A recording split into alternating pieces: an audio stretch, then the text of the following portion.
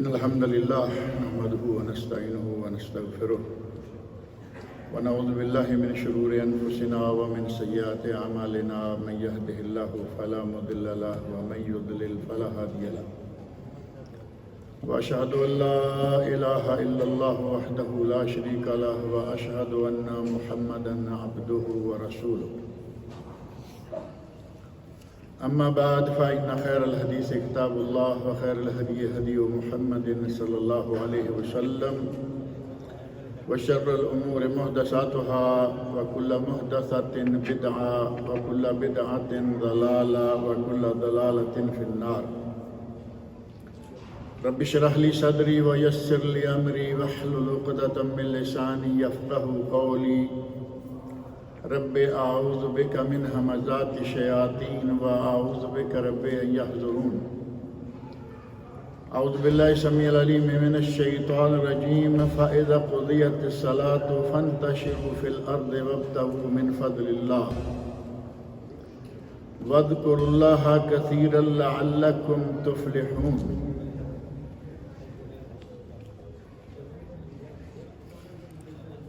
یہ سورہ جمعہ کی آیت نمبر 10 ہے۔ آج کا دن جمعہ کا ہی دن ہے، جیسا کہ بھی آپ نے جمعہ پڑھا ہے، اور جمعہ کے اس مبارک دن چاہیے تو یہ تھا کہ یہ سارا دن ہی عبادت کے لیے رکھ دیا جاتا، لیکن اللہ رب العزت نے ہمیں اس صورت میں اور خاص طور پر اس آیت میں ہمیں جو سبق دیا ہے وہ یہ ہے کہ انسان کی ساری زندگی ہی عبادت نہیں بلکہ عبادت کے علاوہ کھانے پینے کا کچھ سلسلہ بھی ہے۔ اس عظیم دن اور اس کی مبارک گھڑیاں ہونے کے باوجود اللہ رب العزت نے ارشاد فرمایا ہے فَإِذَا قُضِيَتِ الصَّلَاةُ فَانتَشِرُوا فِي الْأَرْضِ وَابْتَغُوا مِنْ فَضْلِ اللَّهِ۔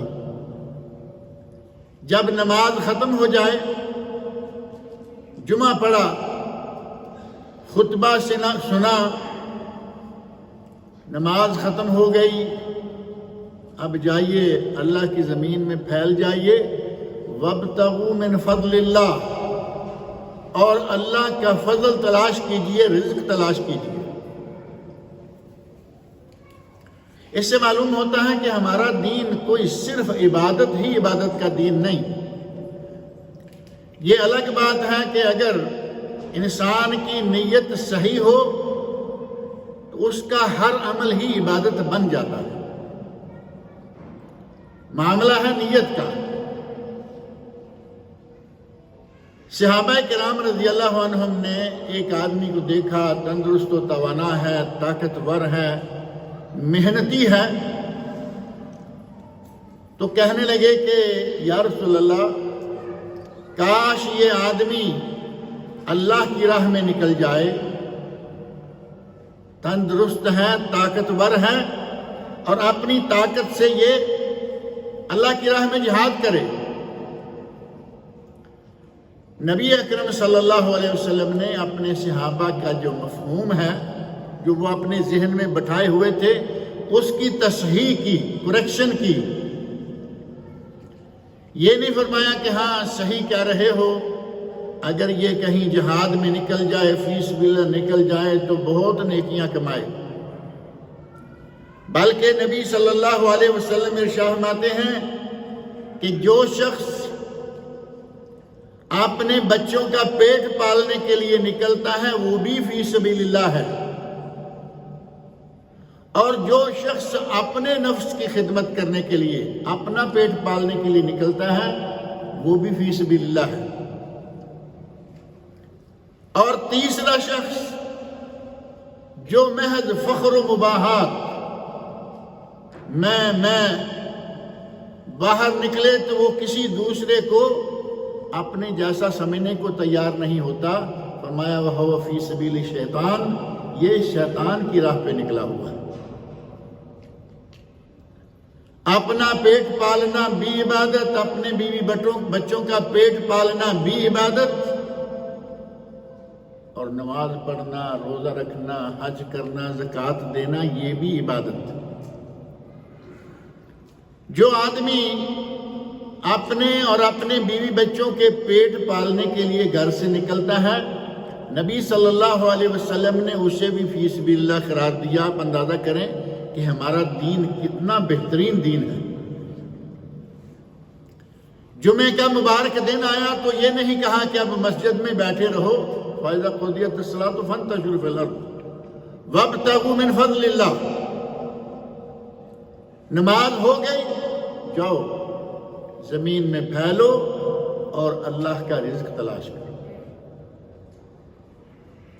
اور اللہ رب العزت نے ہمارے لیے قرآن کریم میں کئی اشارے کیے۔ ایک جگہ سورۃ الملک آیت نمبر 15 اللہ رب العزت ارشاد فرماتے ہیں هُوَ الَّذِي جَعَلَ لَكُمُ الْأَرْضَ ذَلُولًا فَامْشُوا فِي مَنَاكِبِهَا۔ اللہ نے تمہارے لیے زمین نرم کر دی ہے، برابر کر دی ہے، اس زمین میں چلو پھرو۔ وَكُلُوا مِن رِزْقِهِ، اور اس میں سے رزق کماؤ اور وہ رزق کھاؤ۔ قُلُوا مِن رِزْقِهِ کا معنی کیا ہوگا کہ بس اس کا رزق کھاؤ؟ نہیں، کماؤ اور کھاؤ۔ زمین میں اللہ رب العزت نے تمہارے لیے خزانے رکھ دیے ہیں، خزانے نکالو، دانے کی شکل میں ہے کھاؤ، پھلوں کی شکل میں ہے کھاؤ، اور سونا چاندی کی شکل میں ہے تو بھی کھاؤ۔ استعمال کرو جو کھانے سے بھی اچھے استعمالات میں آتا ہے۔ وَإِلَيْهِ النُّشُورُ، اور بالآخر اسی اللہ کی طرف پلٹ کے جانا ہے۔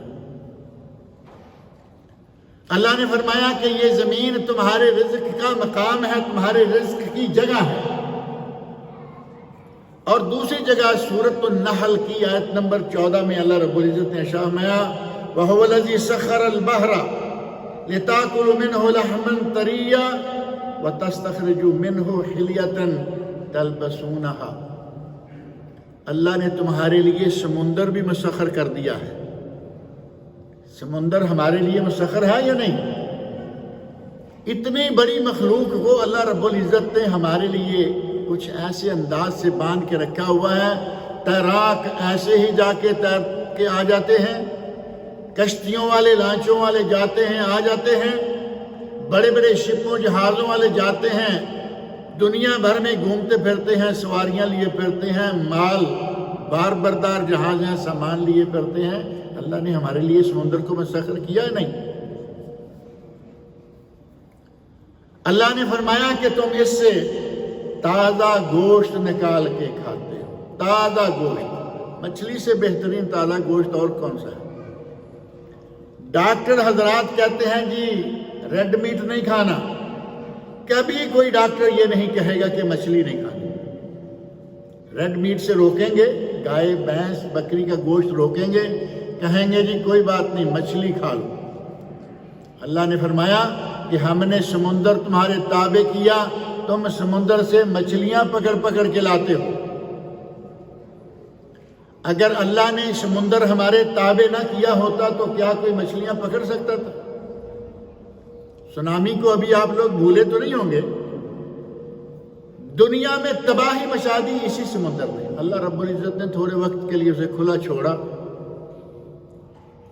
گناہ گاروں کے لیے، اور اس میں ظاہر ہے کہ گیہوں کے ساتھ گھن بھی پس جاتا ہے، گھن بھی پس گیا، گیہوں بھی پس گئی، لیکن تھوڑے سے وقت کے لیے اللہ رب العزت نے اسی سمندر کو انسان کے لیے عبرت کا ذریعہ بنا دیا۔ نہیں تو ہمارے لیے اس میں مچھلیاں، ہمارے لیے اس میں مونگے، ہمارے لیے اس میں بہت کچھ حلیہ زیورات تلبسونہا وَتَرَى الْفُلْكَ مَوَاخِرَ فِيهِ، تم دیکھتے ہو کہ اس میں چلتی پھرتی کشتیاں، جہاز۔ کبھی کسی ایسے مقام پہ جائیں جہاں یہ سیر کرانے والی کشتیاں لے کے جاتی ہیں، ایسے لگتا ہے کہ جیسے لاری اڈا ہے۔ سمندر کے اندر بے شمار کشتیاں، لانچے، چھوٹی بڑی خوبصورت، سادہ، اللہ نے ہمارے لیے سمندر کو مسخر کیا ہوا ہے تو یہ سارے کام ہو رہے ہیں۔ وَلِتَبْتَغُوا مِنْ فَضْلِهِ، اس سمندر کو مسخر کیا اللہ نے تمہارے لیے تاکہ تم اللہ کا فضل بھی اس میں سے تلاش کرو۔ وَلَعَلَّكُمْ تَشْكُرُونَ، کاش شاید کہ تم شکر گزار بن جاؤ، شاید کہ تم شکر کرنے لگو۔ اللہ رب العزت نے ہمارے لیے زمین اور سمندر ساری چیزیں ہمارے رزق کا ذریعہ بنا دی ہیں، لیکن ایک آدمی زمین موجود ہے،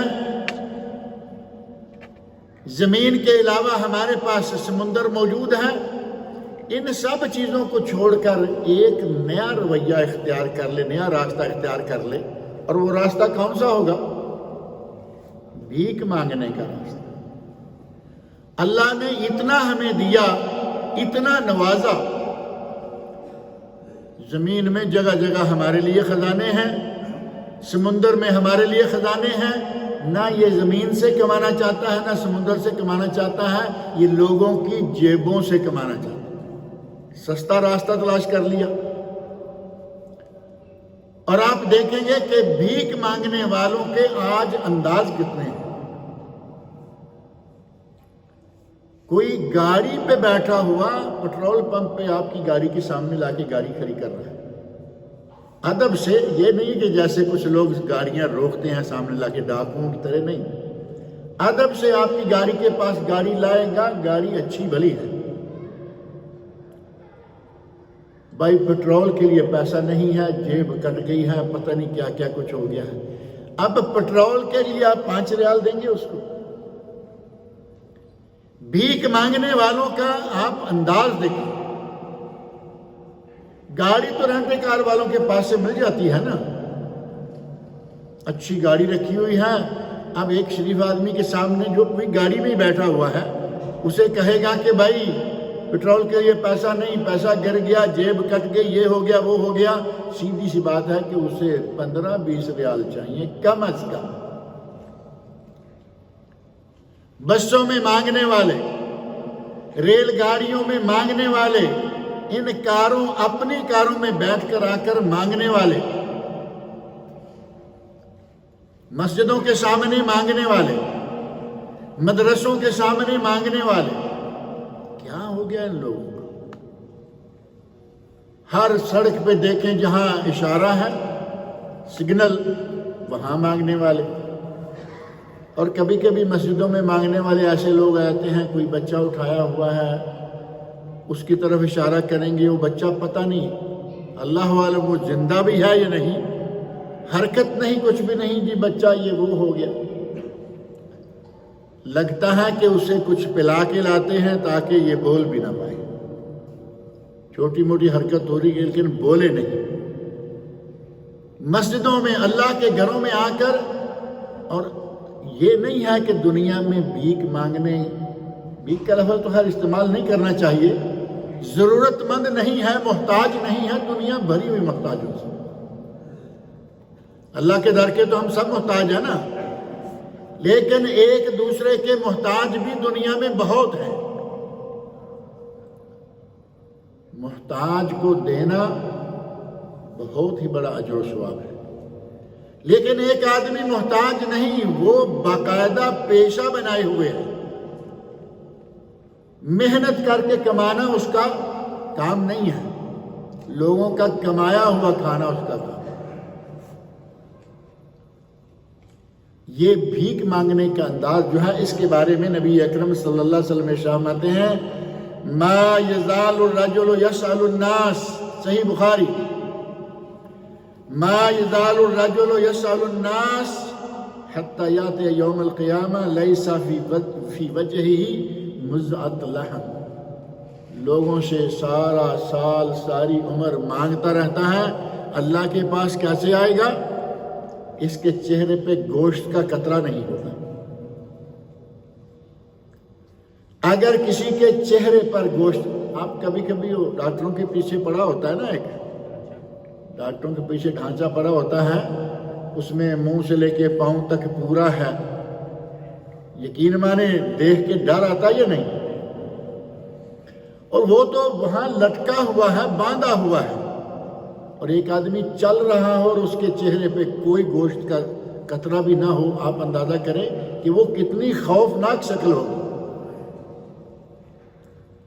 صحیح بخاری شریف میں نبی اکرم صلی اللہ علیہ وسلم فرماتے ہیں کہ مانگنے والا، بھیک مانگنے والا قیامت کے دن ایسے حال میں آئے گا کہ اس کے چہرے پر یہ ڈھانچہ ہوگا، چہرے کا صرف سٹرکچر ہوگا، گوشت پوشت کچھ نہیں ہوگا۔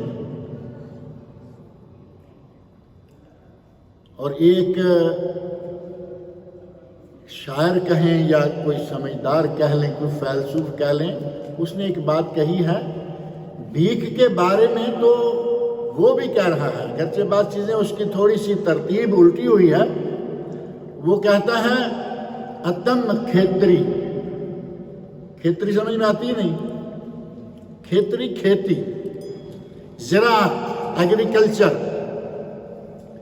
اتم کھیتری مدم وپار، وپار تو معروف ہے، بزنس، تجارت، شاید کوئی کسان ٹائپ آدمی ہوگا، اس نے کہا بہترین کام کھیتی باڑی کرنا۔ دوسرا درجہ تجارت کا، حالانکہ تجارت کا درجہ پہلا ہے۔ ہمارے نبی صلی اللہ علیہ وسلم نے کون سا پیشہ اختیار کیا؟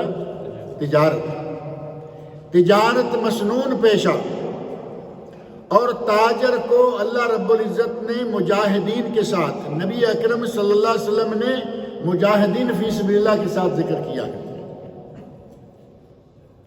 تجارت اتنا اہم پیشہ ہے کہ اس کا ذکر مجاہدین کے ساتھ ہے، اور تاجر کو واقعی کبھی کبھی جہاد کرنا پڑتا ہے۔ آج دیکھیں مارکیٹ میں نکلیں، تاجر ہے، مارکیٹ میں نکلتا ہے، کسی ٹھیکیدار کے پاس جاتا ہے، وہ کہتا ہے جی میں یہ ٹھیکہ دلا دوں گا، یہ کانٹریکٹ میں تمہیں دلا دوں گا، لیکن مجھے کتنا چاہیے؟ مارکیٹ میں آج اس طرح کے باولے بے شمار پھر رہے ہیں جنہیں حرام کھانے کے سوا کوئی کام نہیں، لیکن بڑے پیمانے پر۔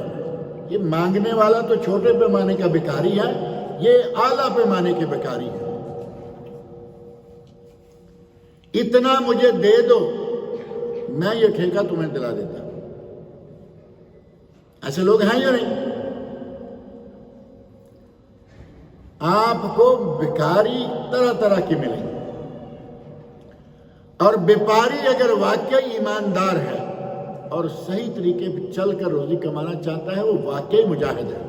اسے جہاد کرنا پڑے گا اپنے نفس کے ساتھ کہ میں یہاں سے کماؤں تو حرام ہے، نہیں کماتا، یہاں سے کماؤں حرام ہے، میں یہاں نہیں جاتا۔ جہاد کر رہا یا نہیں؟ وہ ایسے ہی مجاہدین کے ساتھ اسے ذکر نہیں کیا گیا، اسے جگہ جگہ جہاد کرنا پڑتا ہے۔ نبی اکرم صلی اللہ علیہ وسلم کا پیشہ، آپ یمن جایا کرتے تھے، آپ شام جایا کرتے تھے اپنے چچا کی تجارت لے کر۔ یہ پہلے کی بات ہے۔ جب ابھی آپ نے تھوڑا ہوش سنبھالا، دیکھا کہ چچا غریب ہے، کثیر العیال ہے، قلیل المال ہے، بچے ہیں لیکن پیسہ بہت کم ہے، نبی اکرم صلی اللہ علیہ وسلم نے اپنے چچا کے لیے مکہ والوں کی بکریاں چرائیں، اجرت کی۔ اجرت کرنا بھی نبی اکرم صلی اللہ علیہ وسلم نے ایک پیشے کے طور پر کچھ عرصہ مجبوری کے تحت اپنائے رکھا، اور فرمایا کہ کوئی نبی ایسا نہیں گزرا جس نے بکریاں نہ چرائی۔ یعنی یہ تو سمجھیں کہ سنت الانبیاء ہے، اور دوسرے معنوں میں کہیں کہ انبیاء کے لیے اللہ رب العزت نے یہ سنت مقرر کی ہے کہ وہ بکریاں چرائیں ہی چرائیں۔ آپ بکریاں چراتے رہے، تھوڑا ہوش سنبھالا تو تجارت کے لیے نکل گئے، اور تجارت کے سفر میں پہلے جایا کرتے تھے اپنے چچا کا مال لے کر، اور پھر حضرت خدیجہ الکبریٰ رضی اللہ عنہا کا مال لے کر گئے۔ جس موقع پر آپ کو بہت ہی زیادہ فائدہ ہوا، حضرت خدیجہ رضی اللہ عنہا جو مکہ کی مالدار خاتون تھیں، اور مکہ کے بڑے بڑے تاجر آپ کی طرف للچائی ہوئی نظروں سے دیکھا کرتے تھے کہ یہ بیوہ ہے، کہیں ایسا ہو کہ ہم سے نکاح کر لے۔ لیکن حضرت خدیجہ رضی اللہ عنہ نے کسی کو گاس نہیں ڈالی۔ معلوم ہے کہ یہ میری دولت کی طرف آ رہے ہیں۔ اور نبی اکرم صلی اللہ علیہ وسلم تجارت کر کے آئے، میسرہ غلام ساتھ تھا، اس نے آ کے ساری تفصیل بتائی کہ کتنا ایماندار شخص ہے یہ۔ حضرت خدیجہ رضی اللہ عنہ نے نکاح کا پیغام بھیجا، نکاح ہو گیا۔ لیکن وہ کہہ رہا ہے اتم کھیتری مدم وپار، نکھند چاکری۔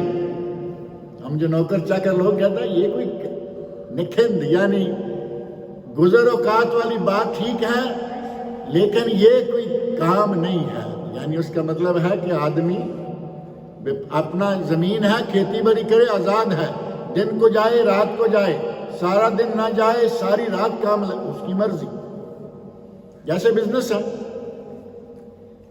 وہ کہتا ہے کہ چاکری جو ہے یہ بھی نکھند کام ہے، اور یہ بھی یہاں تک آ کے کہتا ہے بھیک ندار، بھیک مانگنا تو مردوں کا کام ہی نہیں ہے۔ عورتیں بے شمار بھیک مانگ رہی ہیں، یہ مراد نہیں ہے کہ مردوں کا کام نہیں، یعنی یہ کام انسان کو، مسلمان کو یہ جچتا ہی نہیں کہ وہ بھیک مانگتا پھرے۔ اور بھیک مانگنے سے بہتر نبی اکرم صلی اللہ علیہ وسلم نے اپنے صحابہ کو مختلف انداز سکھلائے۔ ایک حدیث میں آپ ارشاد فرماتے ہیں ایک آدمی لَأَن يَأْخُذَ أَحَدُكُمْ حَبْلَهُ فَيَأْتِي بِحُزْمَةِ الْحَطَبِ عَلَى ظَهْرِهِ، ایک آدمی رسی لے، جنگل میں جائے، وہاں سے لکڑیاں کاٹ کے اپنی گردن پہ، سر پہ، کمر پہ لاد کے لائے اور انہیں بیچے۔ اب جنگل میں جائے، خطرہ ہے یا نہیں؟ وہاں بھی، جہاں بھی یہ لکڑیاں ملیں گی وہاں خطرہ ہے، اندر چیتا ہے، اندر شیر ہے، اندر سانپ ہے، اندر کیا کچھ ہے، خطرہ ہے کہ کہیں کچھ بھی ہو سکتا ہے۔ نبی اکرم صلی اللہ علیہ وسلم فرماتے ہیں یہ کام کرے اور بھیک مانگنے سے، لوگوں کے آگے ہاتھ پھیلانے سے بچے، یہ اس کے لیے بہتر ہے ان یسأل الناس، کہ وہ لوگوں سے سوال کرے، آتوہ او منعوہ، لوگوں کا کیا پتہ ہے، کوئی دیتا ہے کوئی منع کر دیتا ہے۔ سب تو ایسے ہی کرتے ہیں نا، کسی نے دے دیا، کسی نے نہیں دیا، کسی نے دیکھا ہاتھ میں 1 ریال نکلا 1 دے دیا، کوئی 2-4 والا آ گیا، 10 والا، جتنی کسی کی توفیق ہے۔ لیکن آپ نے فرمایا اس سے بہتر ہے کہ لکڑیاں، یعنی محنت کرو، مزدوری کرو، اور تجارت کا پیشہ بھی یہ ہے، لکڑیاں کاٹ کر لانا، بیچنا، محنت کرنا اور تجارت کرنا، دونوں اس میں آ جاتے ہیں یا نہیں؟ محنت بھی، تجارت بھی۔ اور کوئی سمجھے کہ لکڑیاں کاٹ کے کیا تجارت کرے گا؟ آپ نے بڑے بڑے مالدار لوگوں کے بڑے ہونے کے واقعات سنے ہوں گے، کوئی چائے بیچتے بیچتے کہاں تک پہنچ گیا، بڑے بڑے لوگوں نے چھوٹے چھوٹے کاموں سے کام شروع کیا، چائے بیچتے بیچتے کہاں گیا، اور ڈبے میں تھوڑے سے ریال ڈال کے بجاتے ہوئے اور ایکسچینج کرا، ڈبے میں تھوڑے سے ریال ڈال کے آواز دیتے ہیں نا کہ انڈیا والے روپے لے جاؤ، ریال ہمیں دے جاؤ، پاکستان والے روپے لے جاؤ، فلاں والے ڈالر پاؤنڈ لے جاؤ۔ آج پتہ کون ہے؟ الراجحی بینک کا مالک، چھوٹا سا کام شروع کیا،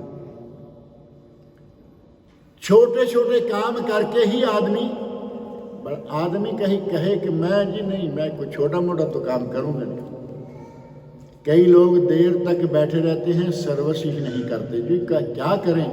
اب ہم اتنا پڑھ لکھ کے، یقین مانیں کہ میں نے اپنے سامنے ایک آدمی دیکھا، پاکستان سے پروفیسری چھوڑ کے آیا، جیسے کہ عموماً انڈیا سے، پاکستان سے، بنگلہ دیش سے لوگ آتے ہیں، دبئی کا نام سنا ہوا ہے، سعودیہ کا نام سنا ہوا ہے، بحرین، قطر، جائیں گے، وہ کچھ بھی کر کے بیچارہ آ گیا۔ یہ اجمان کی بات ہے، UAE کی۔ تھوڑی دیر آیا، ادھر ادھر دیکھا، پروفیسری کہاں ملے گی؟ اب آتے ہی فوراً پروفیسری نہیں ملی، کہیں اچھی نوکری نہیں ملی، میں نے اپنی آنکھوں کے سامنے اس آدمی کو مزدوری کر کے آتے ہوئے دیکھا، ہمارے ساتھ اس کا بیٹھنا اٹھنا بھی تھا، روزانہ مزدوری کر کے آتا، اور اس کا کہنا تھا کہ میں اپنی پروفیسری کو لے کے بچوں کو بھوکا مار لوں، مجھے بچوں کے لیے کمانا ہے، جہاں سے ملے۔ مستری مزدور کے پیچھے جا کر بیچارہ سارا دن سیمنٹ اس کو پکڑاتا، تابوک پکڑاتا، کام کوئی بھی چھوٹا نہیں، بلکہ کہتے ہیں کہ محنت میں عظمت ہے۔ ہمارے یہاں تو محنت کرنے کو اتنا اچھا سمجھا نہیں نہ جاتا کہ میں کام کروں، یعنی وہ جملہ عجیب سا ہم نے رکھا، میں کام کروں۔ محنت میں عظمت ہے، محنت میں کوئی عیب نہیں، کوئی برائی نہیں۔ نبی صلی اللہ علیہ وسلم نے اپنے صحابہ کو محنت کرنا سکھلایا۔ ایک آدمی کو پوچھا، بزنس ہی کا ایک رنگ یہ بھی ہے اور مزدوری کا رنگ بھی یہ ہے۔ ایک آدمی سے پوچھا، تیرے پاس کیا ہے، تیرے گھر میں کیا ہے؟ اس نے دو چیزیں بتائی، ایک کوئی بڑا کپڑا ہے، ہم پہن بھی لیتے ہیں، اوپر بھی لے لیتے ہیں، بچھا بھی لیتے ہیں، جیسا کہ مومن ہے، اور ایک دوسرا کوئی برتن ہے جس سے ہم پانی پیتے ہیں۔ فرمایا لے کے آؤ۔ وہ لے کے آ گیا۔ آپ نے صحابہ کرام کے اندر اپنی جماعت میں جو اس وقت موجود تھے اعلان کر دیا، بھائی کوئی یہ خریدتا ہے؟ آپ کو معلوم ہے کہ میں کھڑا ہو کے اعلان کروں گا کوئی خریدتا ہے تو کیا میں کیا کہتے ہیں، کیا پدی کا شوربہ، اور ایک طرف نبی اکرم صلی اللہ علیہ وسلم کھڑے ہو کے کہیں کہ یہ کوئی خریدتا ہے؟ ہر آدمی جان مار کر بھی اسے خریدنے کے لیے تیار ہو جائے گا۔ آپ نے وہ دونوں چیزیں بیچی، اپنے اس صحابی کو دیا، پیسہ جو بھی ملا 2 دینار غالباً ملا۔ دینار معلوم ہے سونے کا ہوتا ہے، درہم چاندی کا، دینار سونے کا۔ 2 دینار ملا، کہا یہ لو اور تم مجھے 15 دن تک نظر نہ آؤ۔ یعنی یہ نہیں ہے کہ میں نبی پاک کے پاس جاؤں بچوں کے لیے کچھ کما کے لاؤں۔ 15 دن کے بعد آیا اور اس نے بتایا کہ میرے گھر میں بھی سامان ہے، جو بیچا تھا اس سے زیادہ اچھا موجود ہے، اور میرے پاس یہ پیسے بھی ہیں۔ نبی صلی اللہ علیہ وسلم نے اس کی زائد از ضرورت چیزوں کی نیلامی کرا کے اس کے ہاتھ میں پیسے تھمائے اور کہا کہ جاؤ جا کے کچھ کرو۔ بزنس کا ایک بہترین انداز کہاں سے شروع کیا؟ 2 دینار سے۔ اور صحابہ کرام رضی اللہ عنہم کے اندر، ان کے دل میں بزنس کا، کام کا، مزدوری کا ایک جذبہ پایا جاتا تھا۔ ہجرت، نبی اکرم صلی اللہ علیہ وسلم ہجرت کر کے مکہ سے مدینہ گئے۔ وہاں آپ کو معلوم ہے کہ مکہ والے سارا کچھ چھوڑ چھاڑ کے، مکہ والوں کے ہاتھ میں سب چھوڑ کے آئے تھے، کوئی سر و سامان ساتھ نہیں تھا۔ نبی اکرم صلی اللہ علیہ وسلم نے بہترین حکمت عملی سے کام لیتے ہوئے کیا کیا؟ ایک مدینہ والا اور ایک مکہ والا دونوں کو بھائی بنا دیا، مواخات، بھائی چارہ، بھائی بندی۔ یعنی مکہ والے جو ہیں ان کے پاس کچھ نہیں ہے، مدینہ والوں کے پاس ہے، وہ اپنے گھر میں ہیں، اپنے شہر میں ہیں۔ دو کو جوڑ دیا۔ یہ ایک مسئلہ سمجھیں کہ معاشی مسئلہ بہترین طریقے سے نبی صلی اللہ علیہ وسلم نے حل فرما دیا۔ اب یہاں بعض صحابہ نے اپنے گھر کا سارا مال اپنے بھائی کے سامنے پیش کیا، کہا کہ یہ سارا مال ہے، آدھا تم لے لو، آدھا میرا۔ نبی صلی اللہ علیہ وسلم نے بھائی بنا دیا ہے۔ میری 2 بیویاں ہیں، حد دیکھو، صحابہ کی قربانیوں کا انداز دیکھو۔ میری 2 بیویاں ہیں، جس بیوی کو چاہو میں طلاق دیتا ہوں، تم مجھ سے نکاح کرو۔ اور یہ صحابی کیا کہہ رہا ہے کہ چلو ہمارا تو اچھا ہو گیا، بیوی بھی مل گئی، روٹی بھی مل گئی، روٹی پکانے والی، اس کا تو سارا مسئلہ ہی حل ہوتا نظر آیا۔ فرمایا نہیں، بارک اللہ فیک فی اہلک و مالک، اللہ تمہیں برکت عطا فرمائے دلانی علی سوق، مجھے بتاؤ کہ مدینہ کا بازار کہاں ہے۔ بازار میں گئے، مزدوری، بزنس، تجارت، جو کچھ کر سکتے تھے کیا۔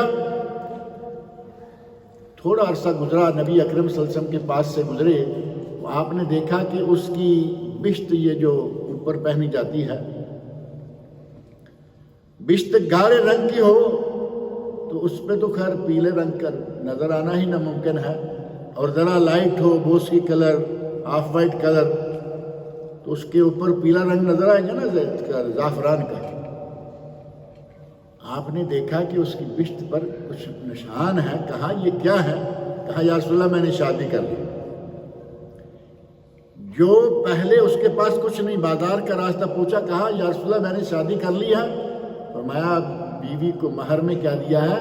انہوں نے کہا کہ میں نے اپنی بیوی کو کھجور کی گٹھلی کے برابر سونا دیا ہے۔ کھجور کی گٹھلی آپ پتلی سی بھی کریں گے تو آج تو کافی پیسے لگتے ہیں نا اتنے میں۔ کہا میں نے وہ مہر دیا ہے۔ اب ظاہر ہے کہ مہر کے علاوہ ولیمہ کے پیسے، دیگر اخراجات کے پیسے ہوں گے۔ نبی اکرم صلی اللہ علیہ وسلم فرمایا اولم ولو بشات، ولیمہ کرو چاہے ایک بکری کیوں نہ کرو، ولو بشات، یہ جو گول تا ہوتی ہے نا، لیکن عرب کیا پڑھتے ہیں اس کو؟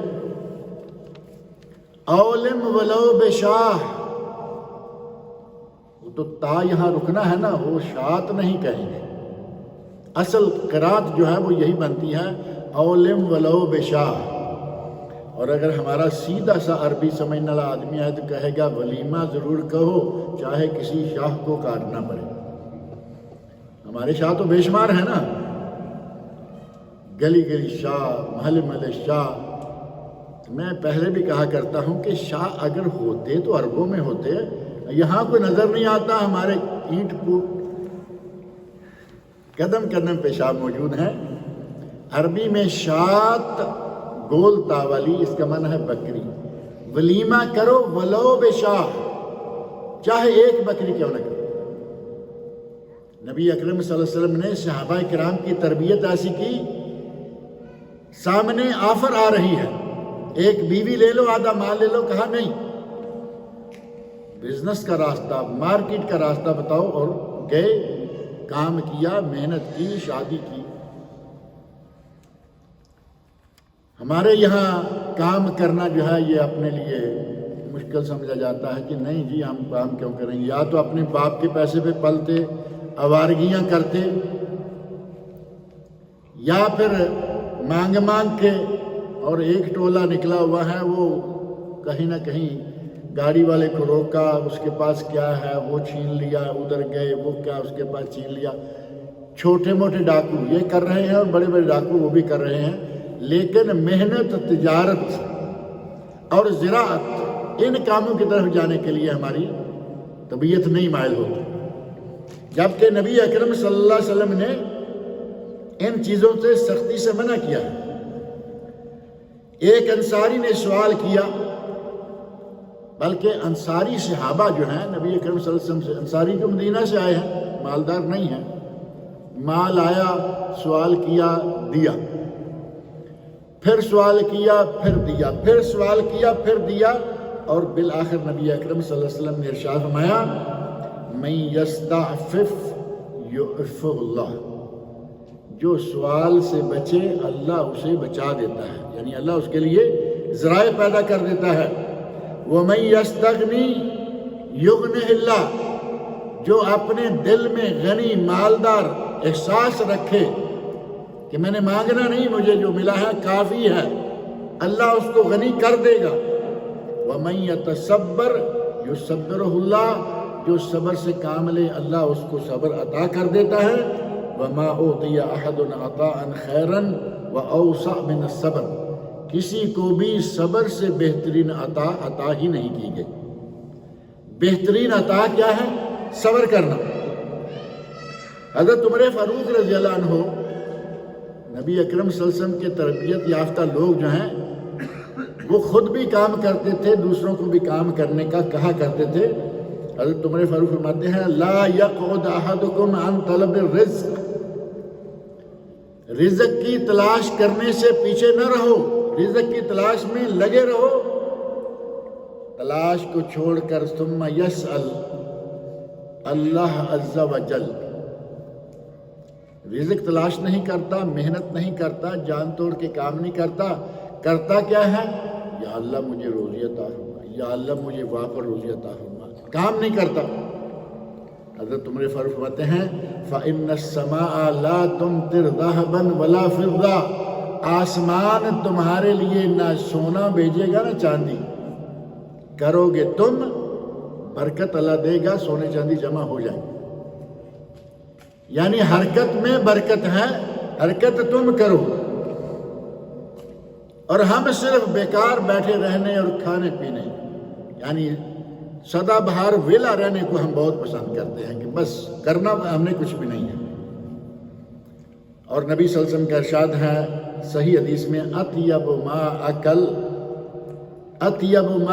المومن من کسب یدہ، سب سے طیب اور پاک ترین کھانا وہ ہے جو مومن کھائے وہ اس کے اپنے ہاتھ کی کمائی سے، مانگ کے لیا ہوا نہ ہو۔ نبی اکرم صلی اللہ علیہ وسلم کے علاوہ آپ کے صحابہ میں کوئی بزاز ہے کپڑا بیچنے والا، کوئی نجار ہے، کوئی حداد ہے۔ نجار حداد یہاں تو آپ سب جانتے ہیں نا، کارپینٹر ہے،